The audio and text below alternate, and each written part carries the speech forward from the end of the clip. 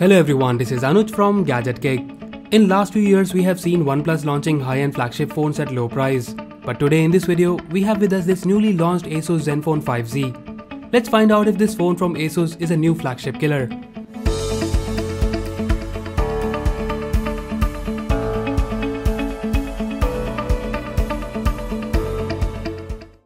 Qualcomm Snapdragon 845, 6GB RAM, 90% body to screen ratio and priced under Rs 30,000. Looks tempting, isn't it? Here we are talking about this new flagship phone from ASUS, the Zenfone 5Z, which is the cheapest phone available at this point with the Snapdragon 845 processor. So let's quickly show you the unboxing experience. Zenfone 5Z is available in 6GB and 8GB RAM variant. The one we have here is the 6GB RAM and 64GB storage variant. So let's open the box and see the content now. The first thing we get in the box is this mini box, which has a SIM ejection pin, silicone case for the phone, and some documentation and user guide. And then below it, here we have the phone itself. My first impression of the phone is that it feels premium in the hand and really comfortable to hold. Let's keep it aside and see what else we have here. We get the power adapter and it's an 18-watt charger, and this phone does support fast charging. And then we get this Type-C USB charging cable.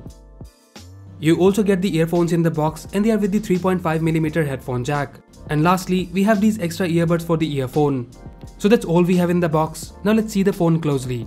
Starting with the physical overview, we have the power and the volume button on the right side. And on the left side, we have the hybrid SIM tray slot along with the noise cancellation mic. And at the bottom, we have the 3.5mm headphone jack, Type-C charging port, mic and the speaker grill. Now let's talk about the design and the build quality. Zenfone 5Z is not as curvy as the OnePlus 6, but when you hold the phone, this device feels premium, and that is mainly due to the metal frame and the glass back. The phone also feels really well built with high quality material. Comparing it with the OnePlus 6, the Zenfone 5Z is lighter and weighs just 155 grams. So overall in terms of build quality, I really like the phone. Talking about the design, the phone has a notch in the front and it's quite prominent. And with this, Zenfone 5Z offers 90% screen to body ratio. One thing which I personally not able to understand these days, that at one place we have this notch on the top to give you this all screen front experience, and on the other hand we have this thick chin at the bottom, which doesn't make any sense. In terms of other design feature, this phone has a glass back where we see this shiny pattern spreading out from the fingerprint sensor, which looks cool in my opinion. Then we have the dual camera setup on the left along with the dual tone LED flash, and if you look closely, there's a slight camera bump here which doesn't bother me that much. Now moving towards the display, we have the 6.2-inch Full HD Plus display. And during our testing, I found the display of the phone sharp, and this could be one of the best display I have ever seen in this price segment. It is the 19:9 aspect ratio IPS display, which offers 90% screen to body ratio. Colors look vibrant and the viewing angles are also pretty good. We have the notch at the top of the display, which is wider than the OnePlus 6 and some other phones. But luckily you have the option to hide the notch in the display settings. Overall, I like the display performance, but the only place where I feel this display lacks is the brightness during direct sunlight. Now let's talk about the performance of the phone. As we have mentioned earlier, that the Zenfone 5Z is the cheapest smartphone that comes with the Snapdragon 845 processor. It's the Qualcomm's flagship processor, so it will be really difficult to find any problem with it. When we tested the phone, we found the phone performs buttery smooth, and thanks to the 6GB RAM, there were no issues in overall performance. The phone is smooth and lag-free while performing different tasks. We also played the popular game PUBG on the phone at a high graphics settings. There were no stutter and frame drops. The gaming experience on the phone is very good, which is expected from this hardware. We also did the benchmark test, and in the Antutu benchmark, we got a good score of over 260,000 every time. And that is with the AI boost on, which bumped up the performance of the phone. Apart from the hardware performance, the sound quality of the speaker was also very good. The dual speaker setup definitely offers good experience for watching videos and playing games. The earphones which we got with the phone are also of decent quality, and nothing to complain about there. Now let's talk about the OS and software. Out of the box we get the Android Oreo 8.0 with the Zen UI. Software of the phone is well optimized, and with the flagship hardware this works even better. The phone also comes with a lot of AI features such as AI charging, which learns your battery charging habit and adjusts the charging speed based on your charging pattern. For example, if you leave the phone plugged in at the night, the phone will not be using quick charging, and it will charge the phone up to 80% and then pause the charging. And then it will start the trickle charging and charge your phone to 100% based on your usual time to unplug the phone. Apart from that, we have the AI ringtone, which sends the surrounding noise level and set the ringtone volume accordingly. There are also other AI features present on the phone such as AI Boost, which gives you that extra boost in the performance, and it is very useful while playing games. And then we have the AI scene detection. In this, the camera of the phone detects certain objects and scene and set up the camera accordingly. I will talk about that in a moment. The phone also has the Zenmojis, which is something very similar to Animojis. And this might be my personal preference, but I never find them useful, and I find the Zenmojis on the phone needs lot of improvements. While gaming, we also notice that there is a Game Genie feature, which is very similar to what we have seen in the Samsung phones. It lets you record gameplay, and you can also do a live stream on YouTube in Full HD from your phone.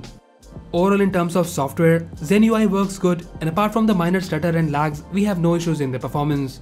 There were few software glitches here and there. For example, I got the screen while using Instagram and the half of the screen disappeared. But these are just minor issues and rarely happens, and can be easily rectified with future software updates. Now let's move on to the camera performance. Zenfone 5G comes with a dual rear camera setup at the back, where the primary camera is 12 megapixel with an aperture of f1.8 and the 8 megapixel secondary camera with f2.2 aperture. And here are some sample pictures. The primary camera has a Sony IMX363 sensor, and it is the same sensor which we have seen in the Mi Mix 2S. Daylight performance is good, though the output is little bit on the saturated side. The HDR photos does look very good, and you also have the auto HDR option. And with the optical image stabilization, there were hardly any blurry shots. Indoor, the performance was also decent, but sometimes while taking macro shots, we notice that the colors are either off or the photo is overexposed or underexposed. But the focus lock on the phone is fast, and you will not face any issue in focusing smaller objects. In the night time, the performance of the phone is like any other phone in this price segment, but with the AI scene detection, you get overall better output. Portrait mode in the phone looks great, and the edge detection is also very good, and the edge detection also works very good on objects. One more feature is that you have a wide angle camera option, which ASUS claim that it will let you capture wider shots, and it does what it claims and helps you capture wider angle shots. In the front we have the 8 megapixel camera with an aperture of f2.0. The camera angle is wide and offers 84 degrees field of view. Daylight shots came out pretty good and looks good. Colors are accurate here and with the natural skin tone. But in the low light, the performance is average. We also have the portrait mode in the front camera, which can shoot those depth effect selfies very good, but sometimes we noticed it wasn't able to detect the edges properly. In terms of video, this phone can capture 4K videos in 60 frames per second. The performance is good during daytime, and thanks to the OIS, it's not shaky at all. And the video performance is very similar to what we have seen in the OnePlus 6. And in the night time, the video output is average, but it wasn't that bad. The camera app is really easy to use and pretty straightforward, and you also have the Pro mode in case you would like to experiment with your photos. Apart from that, we also have the super resolution 48 megapixel photo option, which looks very good, and here is a picture taken in that mode. Now let's talk about the battery performance of the phone.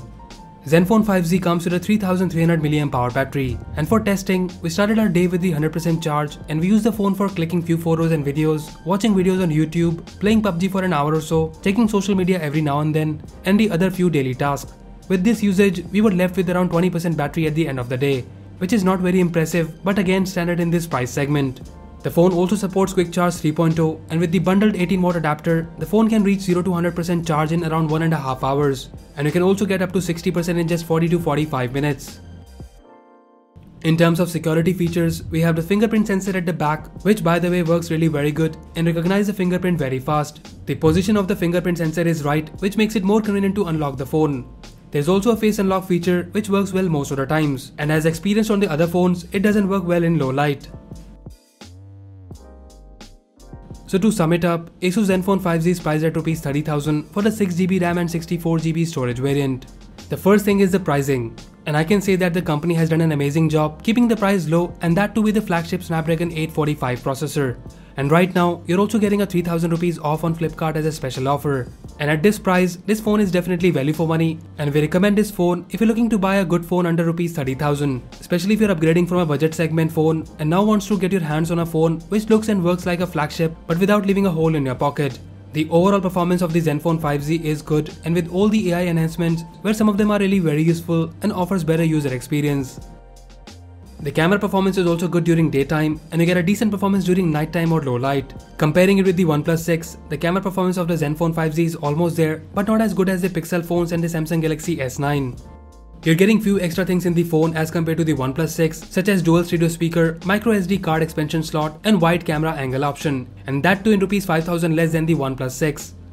But this doesn't mean that there are no cons in the phone. Talking about few, you're not getting wireless charging and it is not water resistant, and there are few software glitches here and there. But as an overall package, Asus Zenfone 5Z is the affordable flagship phone and is one of the best phone you can buy in this price range. So that's it guys, this was a review of the Asus Zenfone 5Z. Let us know what you think about this phone and comment below if you agree to the points which we have covered in this video. And also, we will be doing a detailed camera comparison of this phone, so stay tuned for that. And if you like this video, please press the like button and subscribe to our channel Gadget Geek for more videos like this. Once again, this is Anuj signing off, and I'll see you in the next one.